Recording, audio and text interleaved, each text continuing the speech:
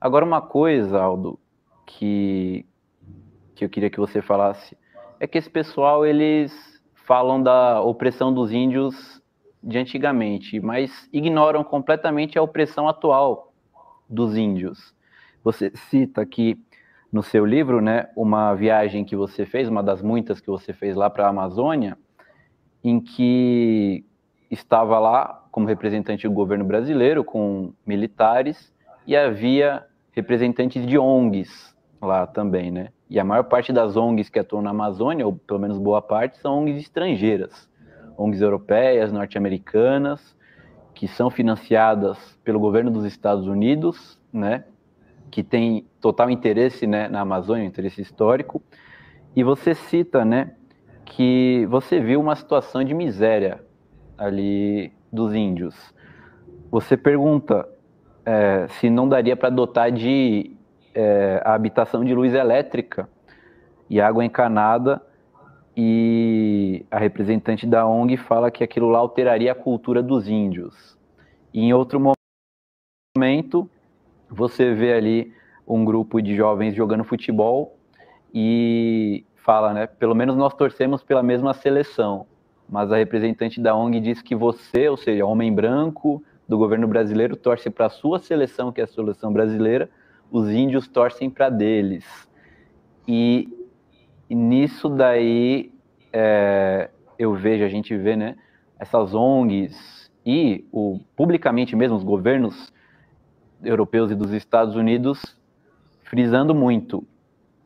Existe uma tentativa, você acha, pelo menos um esboço aí embrionário, de tentativa de separação do Brasil, utilizando questões como os indígenas, a Amazônia, sendo tão cobiçada aquela terra pelas potências estrangeiras? Eduardo, o uso de minorias nacionais contra maiorias nacionais é uma tradição da diplomacia dos impérios, da diplomacia de dominação.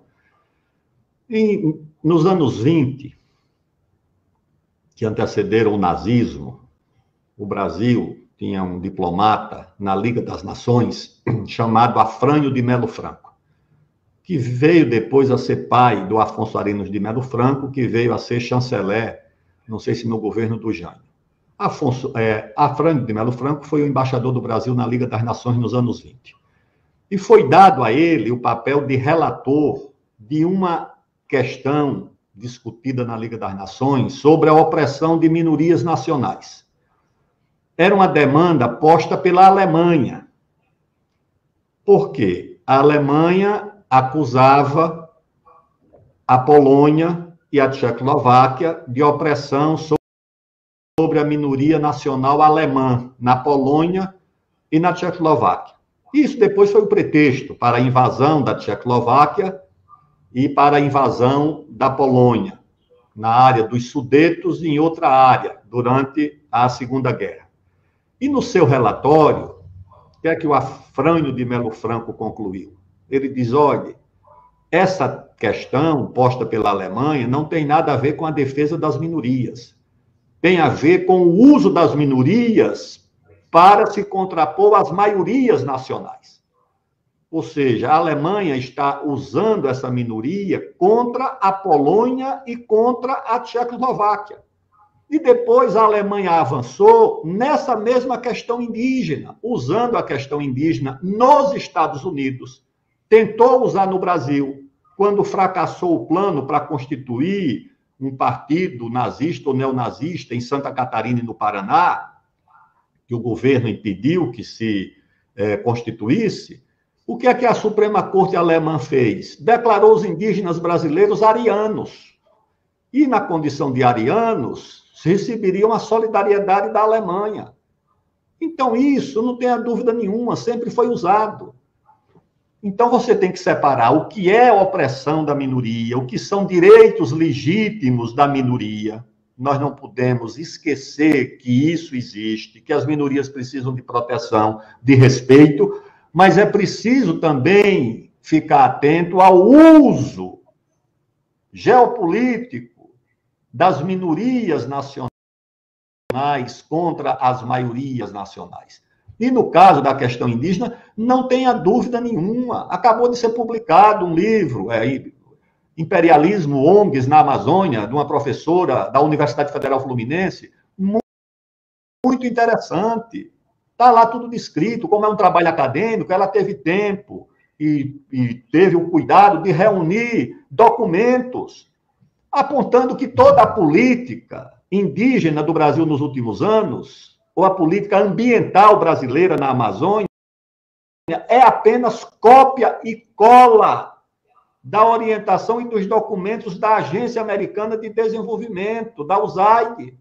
Está lá escrito, ela prova, mostra como é que esses documentos foram copiados e colados e transformados em política ambiental no Brasil. E na questão indígena, do mesmo jeito, tem advertências ali do célebre Orlando Vilas Boas, que era um homem que dedicou a vida aos índios, advertindo para esse tipo de uso. Então, nós precisamos, de fato, ter muito cuidado. E nesse episódio que eu estava presente, era o comandante militar de uma brigada de infantaria de selva, um coronel, estavam comigo, nós fomos visitar uma aldeia indígena, e a moça de uma ONG chamada Uriri, ela disse, não, o senhor pode entrar que é deputado, mas eles não entram.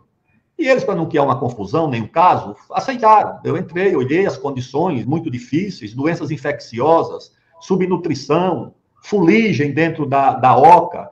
Eu digo, não tem como melhorar essa situação aqui, trazer água, luz?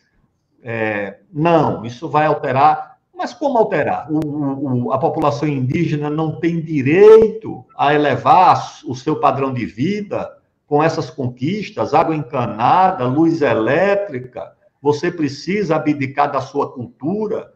Eu preciso abandonar minhas origens sertanejas, nordestinas, porque tenho água encanada, tenho luz elétrica, tenho internet. Não, os índios têm direito a isso. Aliás, eles procuram ter acesso a esses bens.